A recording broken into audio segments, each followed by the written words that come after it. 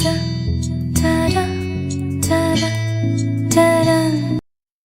Everyone, ಎಲ್ರಿಗೂ ನಮಸ್ಕಾರ. Welcome back to my channel. ಇವತ್ತಿನ ವಿಡಿಯೋ ಏನಂದರೆ, ಆಲ್ರೆಡಿ ನಾನು ಟೈಮ್ ತೋರಿಸ್ದಾಗೆ ಈಗ 6-7 ಆಗಿದೆ. ಆಲ್ರೆಡಿ ಮಾರ್ನಿಂಗ್ ಆಗಿದೆ. ನಾನು ಇಂಡಿಯಾ ಹೊರಟಿದ್ದೀನಿ. ಆ್ಯಕ್ಚುಲಿ ನನ್ನ ಅಣ್ಣನ ಮದುವೆ ಹಾಗೂ ಸ್ವಲ್ಪ ಇಂಡಿಯಾದಲ್ಲಿ ಕೆಲಸ ಇರೋದ್ರಿಂದ ಎಲ್ಲ ಮುಗಿಸ್ದಂಗೆ ಆಗುತ್ತೆ ಅಂತ ಇಂಡಿಯಾ ಹೋಗ್ತಾ ಇದ್ದೀನಿ. ನನ್ನ ಹಸ್ಬೆಂಡ್ ಬರ್ತಾ ಇಲ್ಲ, ನಾನು ಮಾತ್ರ ಹೋಗ್ತಾ ಇದ್ದೀನಿ. ಹಾಗೆ ಈ ಥ್ರೂ ಔಟ್ ನನ್ನ ಇಂಡಿಯಾ ಜರ್ನಿನ ನಾನು ನಿಮ್ಮ ಜೊತೆ ಶೇರ್ ಮಾಡ್ಕೋಬೇಕು ಅಂತ ಇದ್ದೀನಿ. ನಿಮ್ಗೆಲ್ಲರಿಗೂ ಇಷ್ಟ ಆಗುತ್ತೆ ಅಂತ ಅಂದ್ಕೊಂಡಿದ್ದೀನಿ. ಪ್ಲೀಸ್ ಇಷ್ಟ ಆಗಿದ್ದಲ್ಲಿ ಒಂದು ಪುಟ್ಟ ಲೈಕ್ ಮಾಡಿ, ಕಮೆಂಟ್ ಮಾಡಿ ಹಾಗೂ ಶೇರ್ ಮಾಡಿ ನಿಮ್ಮ ಫ್ರೆಂಡ್ಸ್ ಆ್ಯಂಡ್ ಫ್ಯಾಮಿಲಿ ಜೊತೆ. ಹಾಗೆ ಸಬ್ಸ್ಕ್ರೈಬ್ ಮಾಡೋದನ್ನು ಮರಿಬೇಡಿ. ಇವತ್ತು ನಾನು ಹೇಗೆ ವಿಡಿಯೋ ಫುಲ್ ಡೇ ನಾನು ಶೂಟ್ ಮಾಡ್ಕೋಬೇಕಂತ ಅಂದ್ಕೊಂಡಿದ್ದೀನಿ. ಯಾಕಂದರೆ ಇದು ಒಂದು ನನಗೆ ಮೆಮೊರಿ ಅಂತ ಹೇಳ್ಬೋದು. ಫಸ್ಟ್ ಟೈಮ್ ನಾನು ಔಟ್ ಆಫ್ ಕಂಟ್ರಿ ಅಲೋನ್ ನಾನು ಟ್ರಾವೆಲ್ ಮಾಡ್ತಾ ಇರೋದು. ನಾನು ಬರಬೇಕಾದ್ರೂ ನನ್ನ ಹಸ್ಬೆಂಡ್ ಮತ್ತು ನನ್ನ ಇನ್ಲಾನ್ಸ್ ಬಂದಿದ್ದರು. ಈಗ ನಾನು ಒಬ್ಬಳೇ ಹೋಗ್ತಾ ಇರೋದ್ರಿಂದ ಸ್ವಲ್ಪ ನರ್ವಸ್ನೆಸ್ ಇದೆ. ಏನಾಗುತ್ತೆ ಏನು ಅಂತ ನನಗೆ ಗೊತ್ತಿಲ್ಲ. ಈ ನನ್ನ ಒಬ್ಬಳೇ ಹೋಗ್ತಾ ಇರೋದನ್ನ ನಾನು ನಿಮ್ಮ ಜೊತೆ ಶೇರ್ ಮಾಡ್ಕೋಬೇಕು ಅಂತ ಅಂದ್ಕೊಂಡಿದ್ದೀನಿ. ಈ ಫುಲ್ ವಿಡಿಯೋ ನಾನು ಕ್ಯಾಪ್ಚರ್ ಮಾಡ್ಕೋತೀನಿ. ಬನ್ನಿ, let's get into the video. Suitcase ready,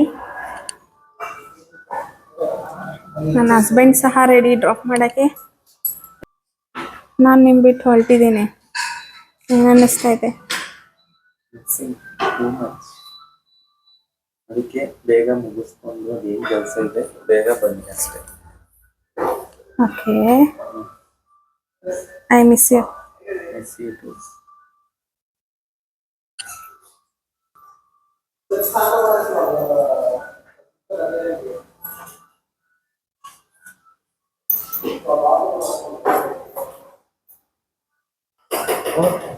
box Sprite ಇದೆ. Take that bag. Bro, going India, what you feel? Feeling missing you. Happy journey. Thank you.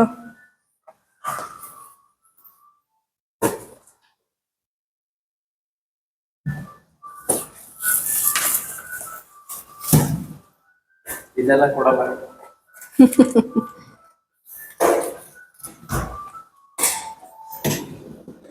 Shrikant bro, bye. Take care of you, bro. Yeah, bro. And take care of my sister, Chinodu. Okay. Okay. మళ్ళీ హైదరాబాద్ వచ్చిన ఖచ్చితంగా రావాలి. ఒకవేళ నేను లేకపోతే ఓకేనా? ఉంటా. Finger crossed, bro. You should be there. Okay. Bye bye.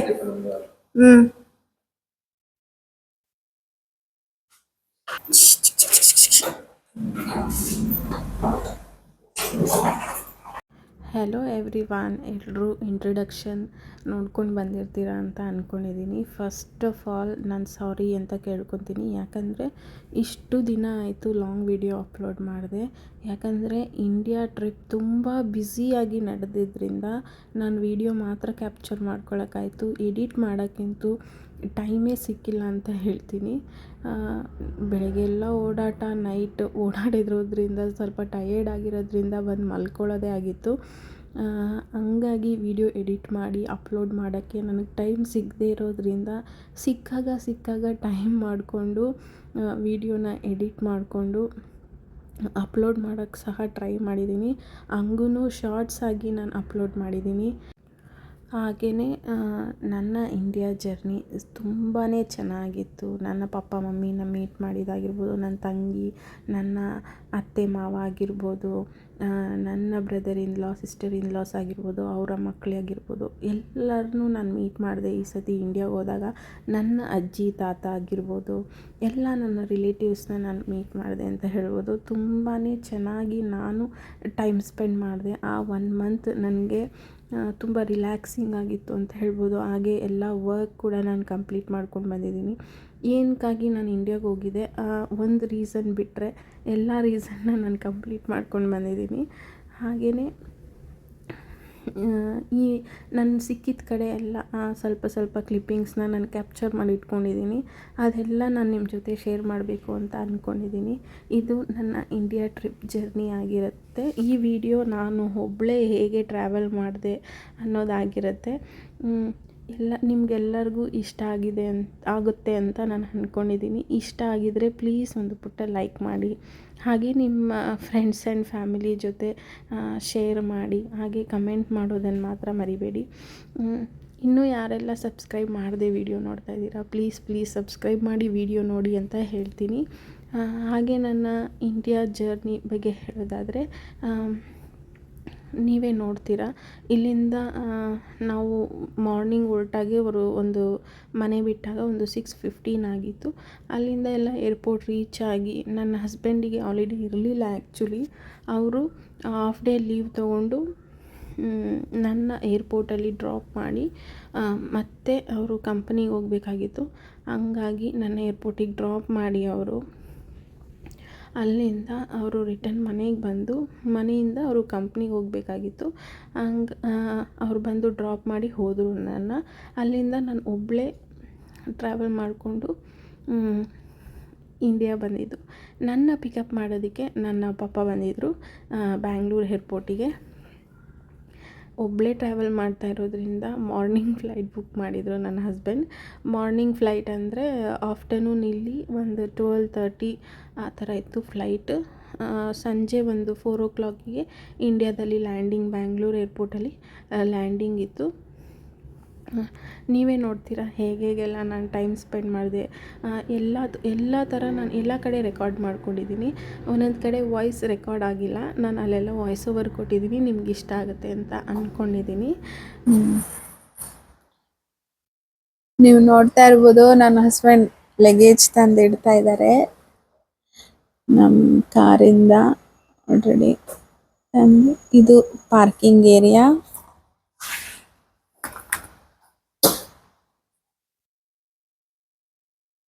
International travel ಮಾಡೋ ಎಲ್ಲ ಬಿಸ್ನೆಸ್ ಮೆನ್ಸ್ ಆಗಿರ್ಬೋದು, ಅಫಿಷಿಯಲ್ಸ್ ಆಗಿರ್ಬೋದು, ಅವರೆಲ್ಲ ಇಲ್ಲೇ ಕಾರ್ ಪಾರ್ಕಿಂಗ್, ಅವರು 7 days 5 days ಟ್ರಾವೆಲ್ ಮಾಡ್ತಾರಲ್ವ, ಇಲ್ಲೇ ಕಾರ್ ಪಾರ್ಕಿಂಗ್ ಮಾಡಿ ಅವರು ಟ್ರಾವೆಲ್ ಮಾಡಿರ್ತಾರೆ.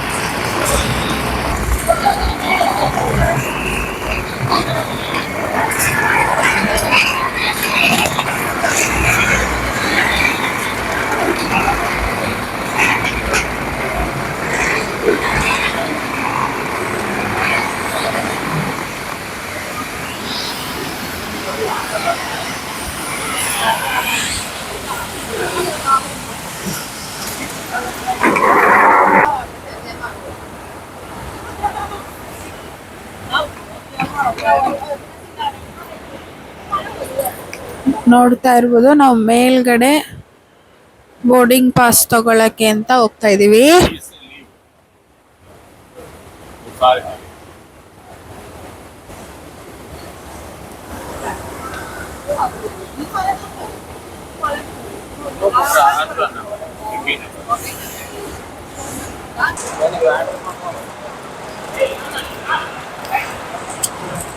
ಯಾವ ಗೇಟ್ ನೋಡ್ಕೋಬೇಕಾಗಿ ಈ ಬೋರ್ಡ್ ಅಲ್ಲಿ ಡಿಸ್ಪ್ಲೇ ಮಾಡಿರ್ತಾರೆ ಯಾವ್ಯಾವ ಫ್ಲೈಟ್ಸ್ ಎಲ್ಲೆಲ್ಲಿದೆ ಅಂತ ನೋಡ್ತಾ ಇರ್ಬೋದು.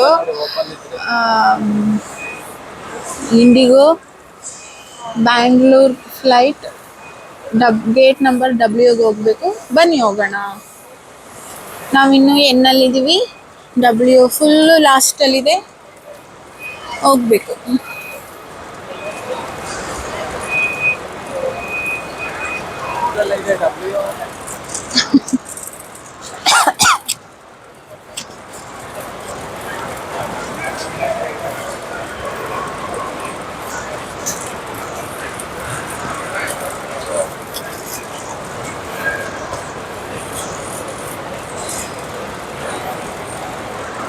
ನೋಡ್ಬೋದು ನೀವು, ವ್ಯಾಟ್ ರೀಫಂಡ್ ಸಹ ಇದೆ.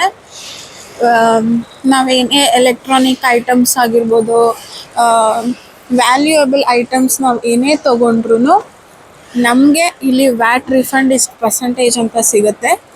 ಹಂಗಾಗಿ ಇಲ್ಲಿ ನಾವು ರಿಟರ್ನ್ಸ್ ಮಾಡ್ಕೊಳ್ಬೋದು ವ್ಯಾಟ್ ರಿಫಂಡ್. ಆ್ಯಂಡ್ ಇದು ನಮ್ಮ ಗೇಟ್ ಡಬ್ಲ್ಯೂ, ಚೆಕ್ ಇನ್ ಮಾಡ್ಕೊಳ್ಳೋದು. ಆದರೆ ಇನ್ನೂ ಚೆಕ್ ಇನ್ ಓಪನ್ ಆಗಿಲ್ಲ. ರೀ ವ್ಯಾಟ್ ರಿಫಂಡಲ್ಲಿ ಬಿಲೋ 20,000 ಏನೇ ಪರ್ಚೇಸ್ ಮಾಡಿದ್ರು, ಬಿಲೋ 20,000 ಏನೇ ಪರ್ಚೇಸ್ ಮಾಡಿದ್ರು, no need to stamp. We can direct go to the counter and then claim. Above 20,000 have to stamp here and then go to inside and then claim. Counter ಎಲ್ಲಿ ಸಿಗುತ್ತೆ? ಅದು immigration ಎಲ್ಲ ಆದಮೇಲೆ ನೀವು boarding ಹತ್ರ ಹೋಗೋ ಇದರಲ್ಲಿ ಇರುತ್ತೆ ಇನ್ಸೈಡ್. ಓಕೆ, ಹೋಗಿ ಬನ್ನಿ, ಚೆನ್ನಾಗಿ ಬೇಗ ಬನ್ನಿ.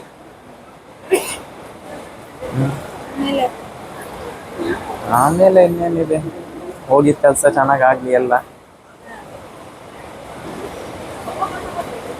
ಅಷ್ಟೇ. ನಿಮಗೂ ಆಲ್ ದ ಬೆಸ್ಟ್. ನಮ್ದೇನಿದೆ, ಬ್ಯಾಚುಲರ್ ಲೈಫ್ ಆಸೆ ಪಡ್ತಾ ಇದ್ವಿ ತುಂಬ ದಿನದಿಂದ. ಯಪ್ಪ, ನಾನೇನು ಆಸೆ ಪಟ್ಟಿರ್ಲಿಲ್ಲ, ಇವಾಗ ಪ್ರಾಬ್ಲಮ್ ಆಗೋದು, ಎಲ್ಲಕ್ಕೂ ಪ್ರಾಬ್ಲಮ್.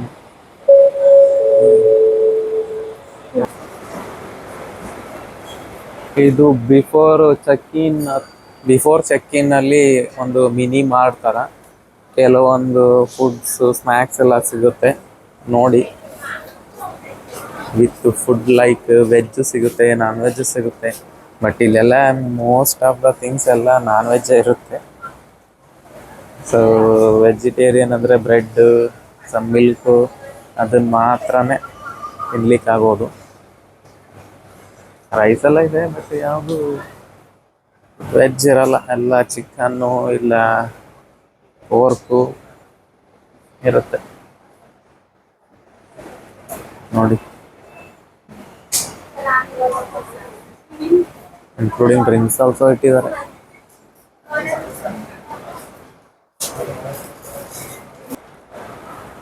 ನಮ್ಮ ವೈಫ್ ನೋಡ್ತಾವ್ರೆ ಏನು ತಗೊಳ್ಳೋಣ ಅಂತ.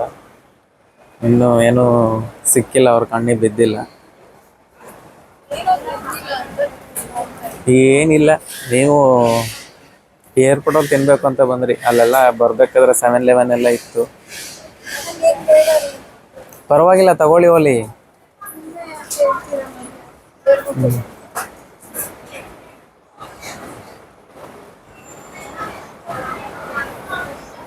ಕಾಫಿ ಇದೆ ನೋಡಿ, ಕಾಫಿ ತಗೊಳ್ತೀರಾ? ಬ್ರೆಡ್ ಎಲ್ಲ ತಿನ್ನಂಗಿಲ್ಲ ಬಿಡಿ ಈಗ ನೀವು. ಈಗ ನೋಡ್ಕೊಂಡು ಬಂದಿದ್ದೀರಾ ಅಂತ ಅಂದ್ಕೊಂಡಿದ್ದೀನಿ. ನಾನು ಹೇಗೆ ನನ್ನ ಹಸ್ಬೆಂಡ್ ನೋಡ್ತಾ ಇರ್ಬೋದು, ನೀವು ಎಕ್ಸ್ಪ್ಲೇನ್ ಮಾಡ್ತಾಯಿದ್ರು, ಅಲ್ಲಿ ಏನು ತಿನ್ನಬೇಡ ನೀನು, ಎಗ್ ಬ್ರೆಡ್ಡೆಲ್ಲ ತಿನ್ನಲ್ಲ ಅಲ್ವಾ ಅಂತ ಹೇಳ್ತಾಯಿದ್ರು. ಯಾಕಂದರೆ ಬ್ರೆಡ್ಡಲ್ಲಿ ಎಗ್ ಹಾಕಿರ್ತಾರೆ ಅಂತ. ಯಾಕಂದರೆ ಆ ಟೈಮಲ್ಲಿ ನಾನು ಒಂದು ಪೂಜೆ ಮಾಡ್ತೀನಿ ಅಂತ ಅಂದ್ಕೊಂಡಿದ್ದೆ, ಹಂಗಾಗಿ ಅಲ್ಲಿ ಹರಸ್ಕೊಂಡಿದ್ದರಿಂದ ಎಗ್ ಸಹ ತಿಂತಾ ಇರಲಿಲ್ಲ. ಮತ್ತು ವ್ಯಾಟ್ ರೀಫಂಡ್ ಬಗ್ಗೆ ಇನ್ಫಾರ್ಮೇಷನ್ ಕೊಟ್ಟರು, ಹೇಗೆಲ್ಲ ವ್ಯಾಟ್ ರೀಫಂಡ್ ಮಾಡ್ಕೊಳ್ಬೋದು. ಥೈಲ್ಯಾಂಡ್ಗೆ ಬಂದರೆ ಏನಾದರೂ ಎಲೆಕ್ಟ್ರಾನಿಕ್ ಐಟಮ್ಸ್ ನಾವು ಶಾಪ್ ಮಾಡಿಕೊಂಡ್ರೆ ವ್ಯಾಟ್ ರೀಫಂಡ್ ಇರುತ್ತೆ ಏರ್ಪೋರ್ಟಲ್ಲಿ. ನಾವು ಶಾಪ್ ಮಾಡಬೇಕಾದ್ರೇ ವ್ಯಾಟ್ ರೀಫಂಡ್ ಸ್ಲಿಪ್ ಕೇಳಿದ್ರೆ ಅವರು ವ್ಯಾಟ್ ರೀಫಂಡ್ ಅಲ್ಲಿ ಶಾಪಿಂಗಲ್ಲೇ ಕೊಡ್ತಾರೆ. ನಾವು ಏರ್ಪೋರ್ಟಲ್ಲಿ ರೀಫಂಡ್ ಮಾಡ್ಕೊಳ್ಬೋದು. ಅವ್ರು ಹೇಳಿದ್ರು 20 1000 ಥೈ ಬಾತ್ಗಿಂತ ಮೇಲೆ ನಾವು ಶಾಪಿಂಗ್ ಮಾಡಿದ್ರೆ ಅಲ್ಲಿ ನಾವು ಸೀಲ್ ಮತ್ತು ಸೈನ್ ಹಾಕಿಸ್ಕೊಳ್ಬೇಕು, ಅದನ್ನು ತೋರಿಸಿ. ಹಂಗಾಗಿ ನಮಗಲ್ಲಿ ವ್ಯಾಟ್ ರಿಫಂಡ್ ಏರಿಯಾದಲ್ಲಿ ಅಲ್ಲಿ ಒಳಗಡೆ ಸೆಕ್ಯೂರಿಟಿ ಚೆಕ್ ಎಲ್ಲ ಆದಮೇಲೆ ಒಳಗಡೆ ನಮಗೆ ಅಲ್ಲಿ ಹೇಳ್ತಾರೆ, ಅಲ್ಲಿ ಸಿಗುತ್ತೆ ವ್ಯಾಟ್ ರಿಫಂಡ್. ನಾನು ಸಹ ವ್ಯಾಟ್ ರಿಫಂಡ್ ಎಲ್ಲ ಮಾಡಿಕೊಂಡು ಅಲ್ಲಿಂದ ಸೀದಾ ನನ್ನ ಎಲ್ಲಿ ಬೋರ್ಡಿಂಗ್ ಆಗೋದಿತ್ತು ನಾನು ಅಲ್ಲೋಗಿ ನನ್ನ ಪಾಡಿಗೆ ನಾನು ಕೂತಿದ್ದೆ. ಯಾಕಂದರೆ ಒಬ್ಬಳೇ ಹೋಗಿರೋದ್ರಿಂದ, ಹಾಗೆ ಓವರ್ ವೆಯ್ಟ್ ನಾನು ತೊಗೊಂಡೋಗಿರೋದು. ಆ್ಯಕ್ಚುಲಿ ಅಲೋ ಇರಲ್ಲ ಒಬ್ಬರಿಗೆ. ನಾವು ಬುಕ್ ಮಾಡಿದ ಇಂಡಿಗೋ ಆಗಿದ್ದರಿಂದ ನಮಗೆ 27 kg ಮಾತ್ರ ಅಲೋ ಇದ್ದಿದ್ದು. ಆದರೆ ನಾನು ಮೋರ್ ತೊಗೊಂಡೋಗ್ತಾಯಿದ್ದೆ, ಅಂದರೆ ಲಗೇಜ್ ತುಂಬಾ ಇತ್ತು. ಆ್ಯಕ್ಚುಲಿ ಚೆಕ್-ಇನ್ ಮಾಡಬೇಕಾದ್ರೂ ನಮಗೆ ಸ್ವಲ್ಪ ಐಟಮ್ಸ್ ರಿಮೂವ್ ಮಾಡಿಸಿದ್ರು, ಅದರಲ್ಲೂ ಓವರ್ ವೆಯ್ಟ್ ಇದ್ದಿದ್ದರಿಂದ ರಿಮೂವ್ ಮಾಡಿಸಿದ್ರು. ಹಾಗೆಯೇ ನನ್ನ ಹಸ್ಬೆಂಡ್ಗೆಲ್ಲ ಬಾಯ್ ಮಾಡಿ ತುಂಬ ಕಷ್ಟ ಆಯಿತು. ಯಾಕಂದರೆ ಫಸ್ಟ್ ಟೈಮ್ ನಾನು ಅವ್ರನ್ನ 1 ಮಂತ್ ಮದುವೆ ಆದಮೇಲೆ ಅವರು ನನ್ನ 3 ಮಂತ್ ಮದುವೆ ಆಗಿ 20 ಡೇಸ್ ಮಾತ್ರ ನಾವು ಟುಗೆದರ್ ಇದ್ವಿ. ಅದಾಗಿ ಅವರು ವರ್ಕ್ ಅಂತ ಬಂದುಬಿಟ್ರು, ವೀಸಾ ಪ್ರೊಸೆಸ್ಸಲ್ಲಿತ್ತು. ಹಂಗಾಗಿ ನಾವು 3 ಮಂತ್ ಗ್ಯಾಪ್ ಆಯಿತು. ಅದಾದಮೇಲೆ ಇದೇ ಫಸ್ಟ್ ಟೈಮ್ ನಾನು ಆಗಿರ್ಬೋದು ಅವರಾಗಿರ್ಬೋದು 1 ಮಂತ್ ಬಿಟ್ಟು ಇದ್ದಿದ್ದು. ನನಗೂ ಸ್ವಲ್ಪ ಕಷ್ಟ ಆಯಿತು, ಅವ್ರಿಗೂ ಕಷ್ಟ ಆಯಿತು. ಇಲ್ಲಿ ಅವರು ನಾನು ಬಿಟ್ಟಿದ್ದು ಇಬ್ರಿಗೂ ಇದು ಸ್ವಲ್ಪ ಲೋ ಡೇಸ್ ಅಂತಲೇ ಹೇಳ್ಬೋದು ಈ 1 ಮಂತ್. ಹಾಗೆಯೇ ನಾನು ಅವರಿಗೆಲ್ಲ ಬಾಯ್ ಹೇಳಿ, ನಾನು ಇನ್ನು ಡಿಲೇ ಮಾಡಬಾರ್ದು, ಹೋಗಿ ಒಬ್ಬಳೇ ಹೋಗ್ತಾ ಇರೋದ್ರಿಂದ ಎಲ್ಲೂ ಡಿಲೇ ಆಗಬಾರ್ದು ಅಂತ ಬೇಗ ನಾನು ಬರ್ತಾಯಿದ್ದೆ. ಹಾಗೆ ಇಲ್ಲಿ ಡ್ಯೂಟಿ ಫ್ರೀ ಬಂದಾಗ ತುಂಬಾ ಚೆನ್ನಾಗಿತ್ತು. ಆದರೆ ಎಲ್ಲ ಹೈ ಪ್ರೈಸ್, ಏರ್ಪೋರ್ಟ್ ಆಗಿರೋದ್ರಿಂದ ಎಲ್ಲ ಹೈ ಪ್ರೈಸ್ ಆಗಿರುತ್ತೆ. ಈವನ್ ಫುಡ್ ಸಹ ಮಾರ್ನಿಂಗೇ ಬಂದಿದ್ದರಿಂದ ಏನೂ ಸಹ ತಿಂದಿರಲಿಲ್ಲ. ಆದ್ರೂ ನಾನು ನೋಡಿದೆ ಏನಾದರೂ ತೊಗೊಳ್ಳೋಣ, ಏನಾದರೂ ಸಿಗುತ್ತೆ ಅಂತ.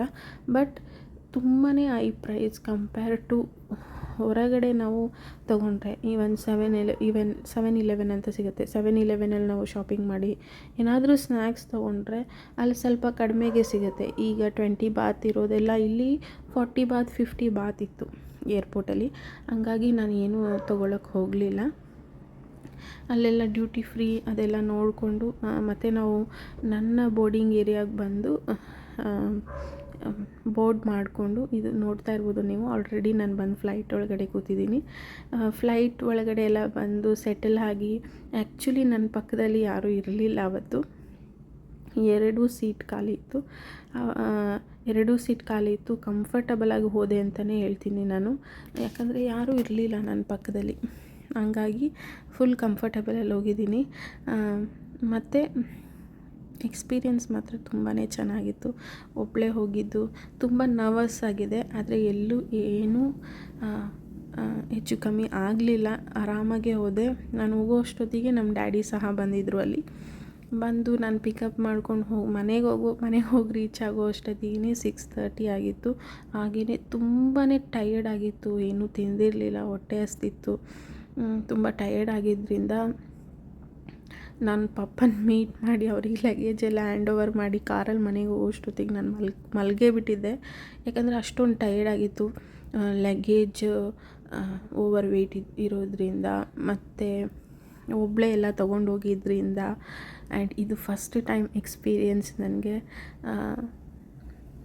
ಈಗ ಒಂದು ನನಗೆ ನಂಬಿಕೆ ಅನ್ನೋದು ಬಂದಿದೆ, ನಾನು ಎಲ್ಲ ಕಡೆ ಓಡಾಡ್ಬೋದು, ಒಬ್ಬಳೇ ನಾನು ಹೋಗ್ಬಿಟ್ಟು ಬರ್ಬೋದು ಅನ್ನೋದೊಂದು ನಂಬಿಕೆ ಆ ಥರ ಬಂದಿದೆ.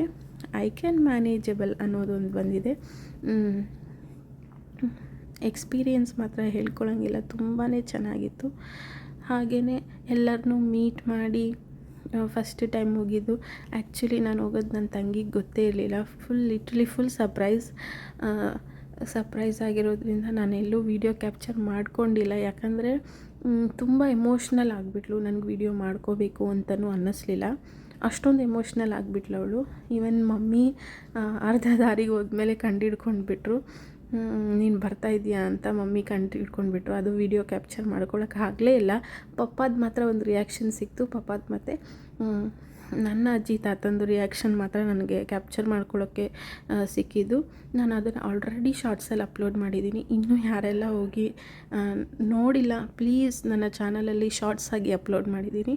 ಪ್ಲೀಸ್ ಹೋಗಿ ಒಂದು ನೋಡಿ, ಲೈಕ್ ಮಾಡಿ, ಇಷ್ಟ ಆಗಿದ್ದಲ್ಲಿ ನಿಮ್ಮ ಫ್ರೆಂಡ್ಸ್ ಆ್ಯಂಡ್ ಫ್ಯಾಮಿಲಿ ಜೊತೆ ಶೇರ್ ಮಾಡಿ, ಮತ್ತು ಕಮೆಂಟ್ ಮಾಡೋದನ್ನ ನಿಮ್ಗೆ ಏನು ಅನ್ನಿಸ್ತು ಅನ್ನೋದನ್ನು ಕಮೆಂಟ್ ಮಾಡೋದನ್ನು ಮಾತ್ರ ಮರಿಬೇಡಿ ಅಂತ ಹೇಳ್ತೀನಿ. ಹಾಗೆಯೇ ನೀವು ನೋಡ್ತಾ ಇರ್ಬೋದು, ಹಾಗೆಯೇ ನಾನು ಬ್ಯಾಂಗ್ಳೂರಲ್ಲಿ ಮೇಲಿಂದ ವ್ಯೂ ಮಾತ್ರ ಮಸ್ತ್ ಇತ್ತು ಅಂತ ಹೇಳ್ಬೋದು. ಬ್ಯಾಂಗ್ಳೂರು ವ್ಯೂ ಅವತ್ತು ತುಂಬಾ ಚಳಿ ಇತ್ತು. ಆ ಚಳಿಯಲ್ಲಿ ಎಷ್ಟು ಮೋಡ ಇತ್ತು ಅಂದರೆ ಮೋಡದ ಮಧ್ಯ ಬರಬೇಕಾದ್ರೆ ಬ್ಯಾಂಗ್ಳೂರು ವ್ಯೂ ಮಾತ್ರ ಸಖತ್ತಾಗಿತ್ತು ಅಂತಲೇ ಹೇಳ್ಬೋದು. ಹೇಗಿದ್ರು ನಮ್ಮ ಬ್ಯಾಂಗ್ಳೂರು ಶಾಪಿಂಗ್ ಹೋಗಿದ್ದಾಗಿರ್ಬೋದು ಆ ವಿಡಿಯೋಸ್ ಬರುತ್ತೆ. ಲ್ಯಾಂಡಿಂಗ್ ಟೈಮಲ್ಲೂ ನಾನು ಹೇಗೆ ತುಂಬ ಚೆನ್ನಾಗಿತ್ತು ಮೇಲಿಂದ ವ್ಯೂ ನೋಡಬೇಕು. ಹೇಗೆ ನಾನು ಅಲ್ಲಿ ರಿಟರ್ನ್ ಬರಬೇಕಾದ್ರೆ ಬರಬೇಕಾದ್ರೆ ಆ್ಯಕ್ಚುಲಿ ನಾನು ವಿಡಿಯೋ ಮಾಡ್ಕೊಂಡಿಲ್ಲ. ಅದೆಲ್ಲ ಹೇಗೆ ನಾನು ಎಕ್ಸ್ಪೀರಿಯೆನ್ಸ್ ಮಾಡಿದೆ ಅಂತಲೂ ನಾನು ಒಂದು ವಿಡಿಯೋ ಮಾಡಿ ಹಾಕ್ತೀನಿ. ನಿಮಗೆಲ್ಲರಿಗೂ ಇಷ್ಟ ಆಗುತ್ತೆ ಅಂತ ಅಂದ್ಕೊಂಡಿದ್ದೀನಿ. ಹಾಗೆ ನಾನು ಇನ್ನೂ ನಿಮಗೆ ಯಾವ್ಯಾವ ಥರ ವೀಡಿಯೋಸ್ ಮಾಡಿ ಹಾಕಬೇಕು ಅನ್ನೋದನ್ನು ಕಮೆಂಟ್ ಮಾಡಿ ಅಂತ ಹೇಳ್ತೀನಿ. ಮತ್ತು ಈ ವಿಡಿಯೋ ನಿಮಗೆಲ್ಲ ಇಷ್ಟ ಆಗಿದೆ ಅಂತ ಅಂದ್ಕೊಂಡಿದ್ದೀನಿ. ಇಷ್ಟ ಆಗಿದ್ದಲ್ಲಿ ಪ್ಲೀಸ್ ಒಂದು ಪುಟ್ಟ ಲೈಕ್ ಮಾಡಿ, ಹಾಗೆ ನಿಮ್ಮ ಫ್ರೆಂಡ್ಸ್ ಆ್ಯಂಡ್ ಫ್ಯಾಮಿಲಿ ಜೊತೆ ಶೇರ್ ಮಾಡಿ. ನಿಮಗೆ ಯಾವ್ಯಾವ ಥರ ವೀಡಿಯೋ ಬೇಕು ಅನ್ನೋದನ್ನು ಕಮೆಂಟ್ ಮಾಡಿ. ಆ ಥರ ವೀಡಿಯೋ ಮಾಡೋದಕ್ಕೆ ನಾನು ಟ್ರೈ ಮಾಡ್ತೀನಿ. ಇನ್ನು ಮುಂದೆ ವೀಡಿಯೋಸ್ ಮಿಸ್ ಆಗಲ್ಲ ಅಂತ ಹೇಳ್ತೀನಿ. ಮಿಸ್ ಆಗದೆ ಕರೆಕ್ಟಾಗಿ ಅಪ್ ಟು ಡೇಟಲ್ಲಿ ವೀಡಿಯೋಸ್ನ ಅಪ್ಲೋಡ್ ಮಾಡ್ತೀನಿ. ಎಲ್ಲರಿಗೂ ಇಷ್ಟ ಆಗುತ್ತೆ ಅಂತ ಅಂದ್ಕೊಂಡಿದ್ದೀನಿ. ಹಾಗೆ ಇಲ್ಲಿವರೆಗೂ ಆಲ್ರೆಡಿ ನನ್ನ ಚಾನಲ್ 400+ ಸಬ್ಸ್ಕ್ರೈಬರ್ಸ್ ಆಗಿದ್ದಾರೆ. ಇಲ್ಲಿವರೆಗೂ ಯಾರ್ಯಾರೆಲ್ಲ ಸಬ್ಸ್ಕ್ರೈಬ್ ಮಾಡಿ ವಿಡಿಯೋ ನೋಡ್ತಾ ಇದ್ದೀರಾ, ತುಂಬಾ ಥ್ಯಾಂಕ್ಸ್ ಅಂತ ಹೇಳ್ತೀನಿ. ಇನ್ನೂ ಯಾರೆಲ್ಲ ಸಬ್ಸ್ಕ್ರೈಬ್ ಮಾಡದೆ ವೀಡಿಯೋಸ್ನ ನೋಡ್ತಾ ಇದ್ದೀರಾ, ಪ್ಲೀಸ್ ದಯವಿಟ್ಟು ಸಬ್ಸ್ಕ್ರೈಬ್ ಮಾಡಿ ವಿಡಿಯೋ ನೋಡಿ. ನಿಮ್ಮ ಒಂದು ಸಬ್ಸ್ಕ್ರೈಬ್ ಮಾಡೋದ್ರಿಂದ ನನಗೆ ವಿಡಿಯೋ ಮಾಡೋಕ್ಕೆ ಸ್ವಲ್ಪ ಮೋಟಿವೇಟ್ ಸಿಕ್ತಾಗೆ ಆಗುತ್ತೆ. ಹಾಗಾಗಿ ವಿಡಿಯೋನ ಸಬ್ಸ್ಕ್ರೈಬ್ ಮಾಡಿ ನೋಡಿ ಅಂತ ಹೇಳ್ತೀನಿ. ಮತ್ತು ಇಲ್ಲಿವರೆಗೂ ಯಾರೆಲ್ಲ ನನ್ನ ಸಬ್ಸ್ಕ್ರೈಬ್ ಮಾಡದೆ ವಿಡಿಯೋ ನೋಡ್ತಾ ಇದ್ದೀರಾ, ಒಂದು ಸಬ್ಸ್ಕ್ರೈಬ್ ಮಾಡಿ. ನಿಮಗೆ ಇನ್ನೂ ಯಾರೆಲ್ಲ ನನ್ನ ಹಳೆಯ ವೀಡಿಯೋಸ್ನ ನೋಡಿಲ್ಲ, ಪ್ಲೀಸ್ ಹೋಗಿ ವಿಡಿಯೋನ ನೋಡಿ. ನಿಮಗೆ ಇಷ್ಟ ಆದರೆ ಒಂದು ಪುಟ್ಟ ಲೈಕ್ ಮಾಡಿ ಅಂತ ಕೇಳ್ಕೊತೀನಿ. ಅಷ್ಟೇ, ಇಲ್ಲಿಗೆ ವಿಡಿಯೋ ಎಂಡ್ ಆಗುತ್ತೆ. ನೆಕ್ಸ್ಟ್ ಇನ್ನೊಂದು ವಿಡಿಯೋದಲ್ಲಿ ಸಿಗ್ತೀನಿ. ಅಲ್ಲಿವರೆಗೂ keep watching. Thank you for watching.